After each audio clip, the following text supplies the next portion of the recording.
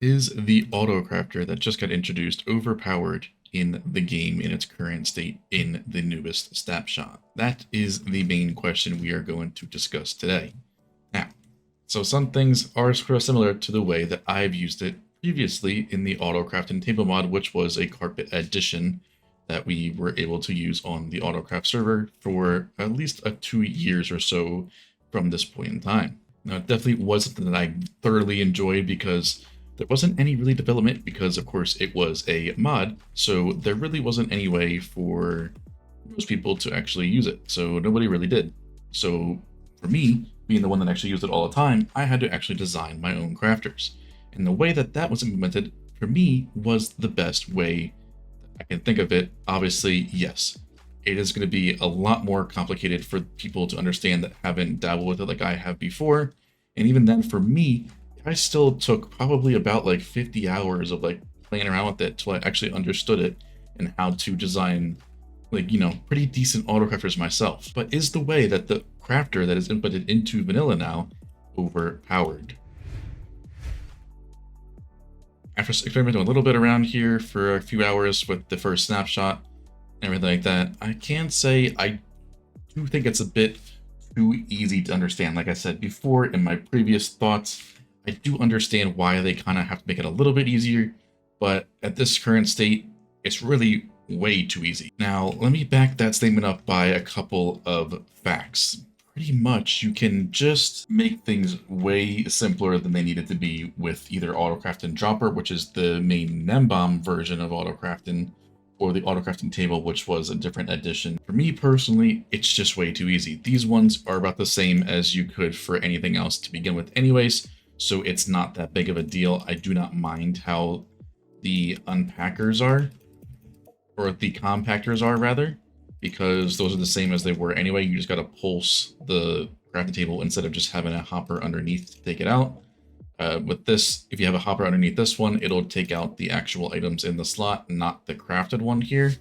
That's the way it kind of worked in AutocraftingTable, is you had the hopper underneath the table that took it out, not the crafter acting like a dropper in a sense. So these I don't mind all too much because they're basically the same to begin with anyway. You can see with the single double hopper, it's really easy. This one is apparently hooked up to do that, so we're going to take that one out of here. But for with them being to craft like redstone blocks, for example, the only main difference here is that you have to pulse the crafter, which is still super simple in a one wide tile fashion. With the way we're doing it, you have to actually pulse them to power both of them. So as long as they're activated at the same time, they're not going to cause any cross powering issues, which was previously not the case.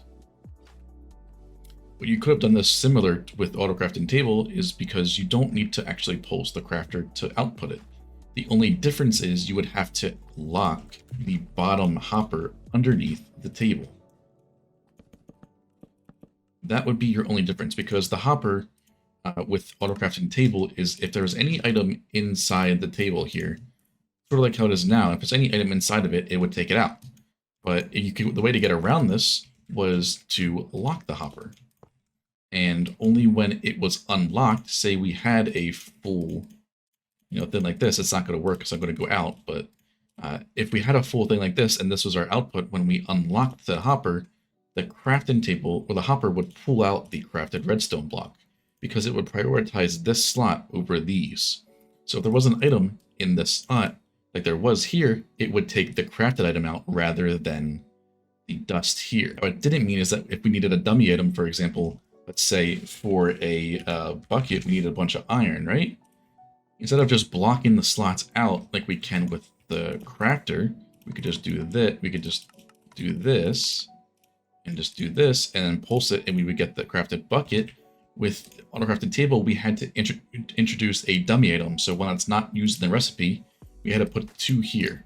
We only needed those 2 because we can just go bop, bop, bop, because it would fill from top left to bottom right like it does in the actual crafter. Then what we need to do is we need to take these dummy items out, because we need to take this one out and that one out, and then we can then take out the bucket. So it made it a lot more difficult to make those different shape recipes rather than just having it like this, where you can just block it off and it'll just basically essentially just skip over that slot. Now, this was the first thing that I saw based off of the additional Minecraft Live. I didn't like it. Mainly for the fact that it made it way too easy to understand. But playing around with it a little bit, I don't mind it all too much. Now, it's not to say the least that I don't like how some things are implemented with this. For example, a shulker box. It's so much easier to do. You literally just have a single observer clock. Or game ticks, you can create a very stupid and simple one that you can do here. There's really nothing much to do more than this because you can just observer clock it provided you have the input here. All you would need is 2 hoppers over here to fill this one. You would only need 2 hoppers here again, and you still need 2 for here. So just in this little area, you can make a very small shulker box trapper that's 4 game ticks. So that's 5 shulker boxes per second with a single crafter. To do 5 shulker boxes per second previously would be having to use a bunch of these with a hopper minecart underneath here to take out the actual dummy items that you would need, because you had 4 dummy items plus the crafted shulker box. That meant you had a minimum of 40 game ticks per thing if you're using a hopper. If you use a hopper minecart, it's not that bad. It's still about 5 game ticks if you were to make it as fast as possible. But that was also a lot more difficult to do because you had to input all the dummy items at the same time. What you needed to do then was input 7 items at the same time, which is really just not possible with the crafter because, of course, with table, you needed to have the bottom part reserved for the hopper or your output, which could be a hopper minecart. That way you could have like a dropper inside of that. But then again, you only have 6 sides, so there wasn't any way for you to get all the items in at the same game tick, which therefore is a bit more annoying to do. I don't mind this feature all too much because it makes the most annoying ones a lot easier, which I do not mind for those ones. Where I have the issue with the crafter is the fact that we can stack multiple items in the same slot. Now, why do I do not like this? Well, because the main fun of doing AutocraftingTable is because you had to design what I called a sequence. And you had to input the items in a specific order with table to make the sequence.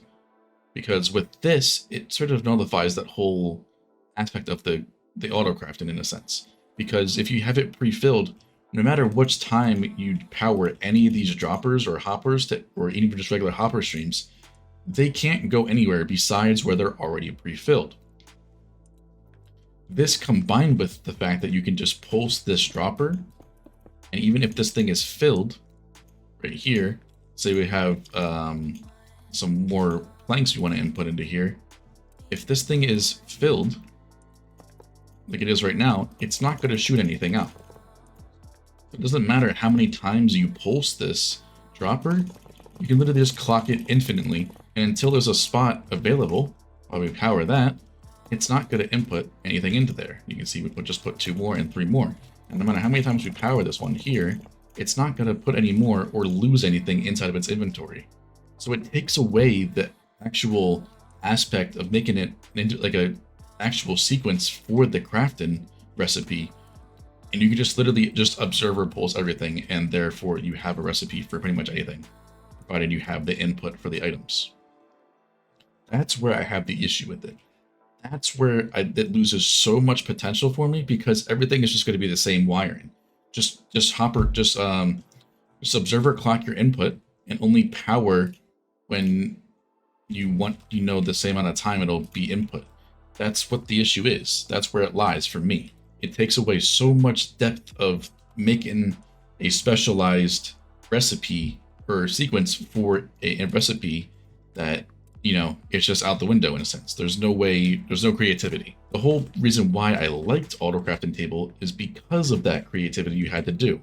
Whether it was a one wide tileable design like this one here, whether it was one that you wanted to get the fastest possible rates, you didn't care about space efficiency. That would be ones you get to design differently in a sense. This one, a 2x2 crafter, same thing, just observer clock it, and you get a crafted magma block every 4 game ticks, or a glowstone, or prismarine, anything like that's a 2x2 recipe like that. You can just craft it instantly. Just the same thing, observer clock. This one over here, same design, same concept, different design. it was for the same thing, 2x2. This one over here as well. This was for iron trap doors, for example. Same concept. Literally the same thing, different layout. It's just observer clocking it. That's all you're doing. The only recipe where it's different, in this case, is the dispenser, because you can't stack the bows, so you actually have to design a sequence to input the stuff correctly. This one here is just a very start that I was doing. It's the 4 cobblestone into it. Then you need the bow here, 2 cobblestone, redstone, and a cobblestone. So it's a lot more difficult to actually design, especially in a 1 wide tileable scenario. Someone that's part of the community that I do watch a lot is Dave. They may have seen them for mainly their half-heart hardcore that they are popular on Twitch for. They did show me their 1 wide tileable attempt. So I will put that on here. So thanks to Dave for sending this over to me. I know they're working quite a bit on making this thing possible. So take a look at this here. That is the sequence and stuff you need to do for a 1 wide tileable thing. That makes it so much more enjoyable for someone to actually design, because it's not just the same thing over and over and over again with just pulsing a observer clock into the input and then pulsing the crafting table whenever that recipe is completed. That's where this one loses me. I don't mind the filter, the blocker slots all too much anymore. Overall, it makes some things a lot easier. One thing that was annoying to craft in table was anything that had multiple output items. In this case, let's just do it for dyed glass, for example. Taking out eight of these crafted items every time with table was annoying, because you had to unlock the hopper underneath and extend a period amount of time. And in a 1 wide tileable scenario, that is super difficult to do, especially when it's 8 items. That means it's a minimum 72 game takes, which is almost 4 seconds you need to unlock that hopper for on the bottom. And it made it super bulky, all that stuff. The main benefit I do love of the crafter here is it'll output all 8 at once. Doing that makes it so much easier to do those recipes that require a lot. The same thing exists.